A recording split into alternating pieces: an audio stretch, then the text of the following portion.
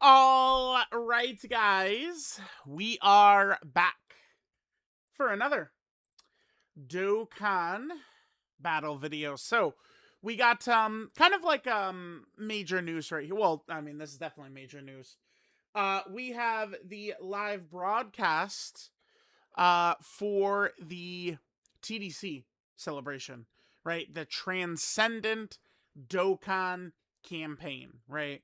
So we have the exact date in which we are going to see whichever the LR is going to be, right? The 26th. Now, I just want to we're going to double check in a second here. So here's again kind of like the how would I word this? Kind of like the outline I put forth of around where I expected everything to drop. Like these were all within like a day or so. This one Turles ended up being a little bit earlier. What was Turles, like the 11th, I think?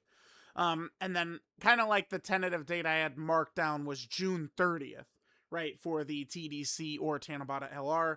I saw some people thinking the 7th, but no. To me, when Dokkan went over the whole thing of, oh, like they kind of like, due to feedback, they changed the schedule back to the way it was. That tells me it's Japanese players, which means these celebration dates are going to be very similar to what JP Dokkan's typical schedule was, 2024, 2023, 2022, right? 2025, me and many others, at least in this community, do think that that was kind of the best way to do the schedule, but, unfortunately, it is what it is, right? So the 30th, let me take a look here. Yeah, this is very interesting. Okay. I think the character's probably coming out on the 29th. Now you might go, what? But it's the 26th that they're showing the character. Yeah, but the 26th is Friday. So it's like we're gonna probably get the reveal, we're gonna get the data download, right? And then the character's gonna drop on like Monday. So, okay. So the 29th is now the tentative date. I think, for when the character is going to release, right? Okay. So that still means this week, mostly I'm uncertain of what's going on this week. There was a little bit of news that just came out a second ago related to some metal cooler stuff. I'm going to do kind of like one of these metal cooler videos right after this one. But next week, I mean, might be very light in terms of stuff besides this.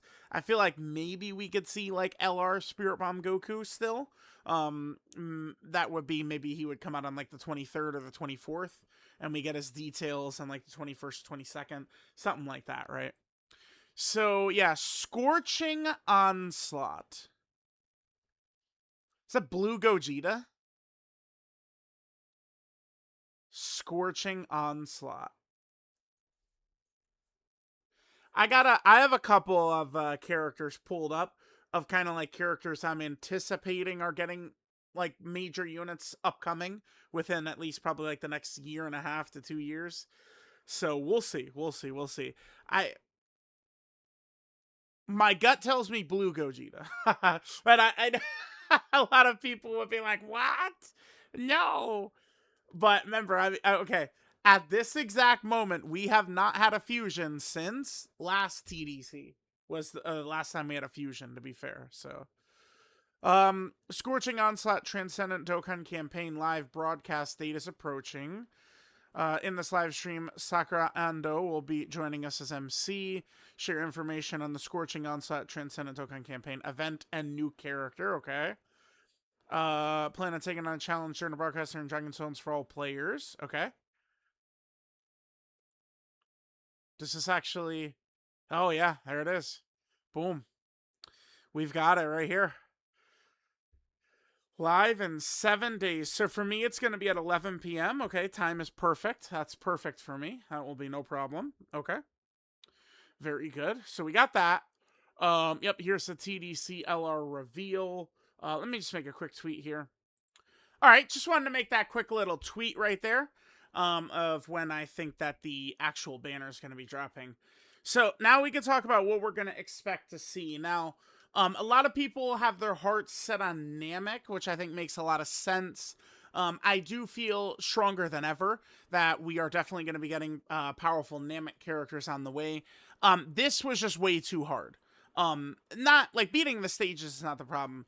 Some of these missions, to beat it within the certain amount of turns, was very, very tricky. Node 26 and Node 24 had these very tricky, like missions to beat the boss very quickly, right? So, with that being the case, what's the thing that Dokkan has always done? Dokkan will drop ridiculously, disgustingly hard content, which I do think last night's Dokkan Frontier drop would count as that. Some of those missions were very tricky. They'll drop like a difficult kind of like content like that, and then they will kind of like sell us the solution, right? So I could easily see some ridiculous hard hitting like Namek saga type character who could really help with some of these missions, in particular the win within a certain number of turn missions. Those are pretty tricky, right, to win within a certain amount of turns. So I definitely could see Namek being the case, but I think Namek is probably GDC. I have in my head I have Namek marked down for GDC, not TDC, but I wouldn't be butthurt if TDC is Namek though. That would be totally fine with me. All right, so let's see the stuff we got pulled up here. So I have Gogeta pulled up. I think it does feel like Blue Gogeta could be it. Now I know people would say what. We do have 3 blue Gogetas, but we have 3 transforming blue Gogetas. Turn 1 blue Gogeta to me, I'm sorry, that shit makes a ton of fucking sense. It sure does. Blue Gogeta, Dragon Ball Super Broly, and who's the third one? Orange Piccolo need start of turn, turn 1 standalone versions of these transformations. And that does matter because maybe you're the world's biggest Gogeta fan. You want to put Blue Gogeta as your Dokkan profile pick in game. Guess what? You can't because there's not a turn 1 Blue Gogeta. So, now they do need to do an update to where we could have transformations as well. I bet you this would be a very popular one, for example. But I think we could have TDC. I mean, it would just be Broly movie again, but like, guess what? Broly movie is kind of like the high point of modern Dragon Ball, basically, right? I mean, I guess besides the end of the Tournament of Power, like when that was on TV, it was really crazy. People will try and downplay it now, but that shit was so crazy when it was on TV. Like finishing the UI versus Jiren. This would make a ton of sense, right? Blue Gogeta, turn 1, we get him finally, and then Broly, turn 1, we get him as kind of like the part 2 of the celebration. And then we're only 6 months away from this guy and AGL Broly easying. So I mean, if they make these guys good, they will easily still be really good partners for the upcoming ones. Although Blue Gogeta and Blue Vegito as 12th anniversary to me makes a lot of sense as well. So we'll see. I guess there's the possibility of Super Gogeta, I suppose. Because, I mean, when it comes to Super Gogeta from DBZ, we only do have 2 of him that are start of turn. The Int Dokkan Fest 2017, and then we have Gogeta 2016. So these, like, turn 1 start, just standalone, like, Super Gogetas are 100 years old. So, I mean, if they want to, the thing is, we did kind of just have Super Gogeta for 10th anniversary, but I mean, I don't know. We'll see. But Gogeta to me, something about that. Oh, I X'd out of the thing. I'm such a muppet, dude. Well, it's right here. Scorching Onslaught. I'm thinking of Gogeta. Gogeta attacking Broly with all the ki blasts. Like literally, here we can just play this animation quickly. I'm thinking specifically of this. Like where he is shooting all the blasts followed up with the Stardust Breaker. Like that's kind of like what, yeah, like this. Like he kind of like shoots all these, right? Boom, boom, boom, and then he finishes with the Stardust Breaker right there. Like that's kind of like what I'm thinking we could be looking at. Now speaking of movie heroes, I was thinking, well, what if they redid this guy right here? So this would be the guy doing the Super Dragon Twin Fists, is what they call that. Basically, like, so they used it for 10th anniversary Super Gogeta, his 18 key super. This could easily, like, I think that this could go over well as like a Dokkan Fest LR right here. This guy, I think it'll work. I do think so. Yeah, I think it could work as a TDC LR. It could. It could. That could be it. And then I mean, what about this guy? So remember, we had a Dragon Fist. So this right here, this is all movie hero Gokus. Honestly, there's not as many as I would have thought, right? These are movie hero Gokus. You think there'd be even more than this? But I think that we can look at this guy right here. This guy is like essentially, I mean, no hate, but he's a worthless release.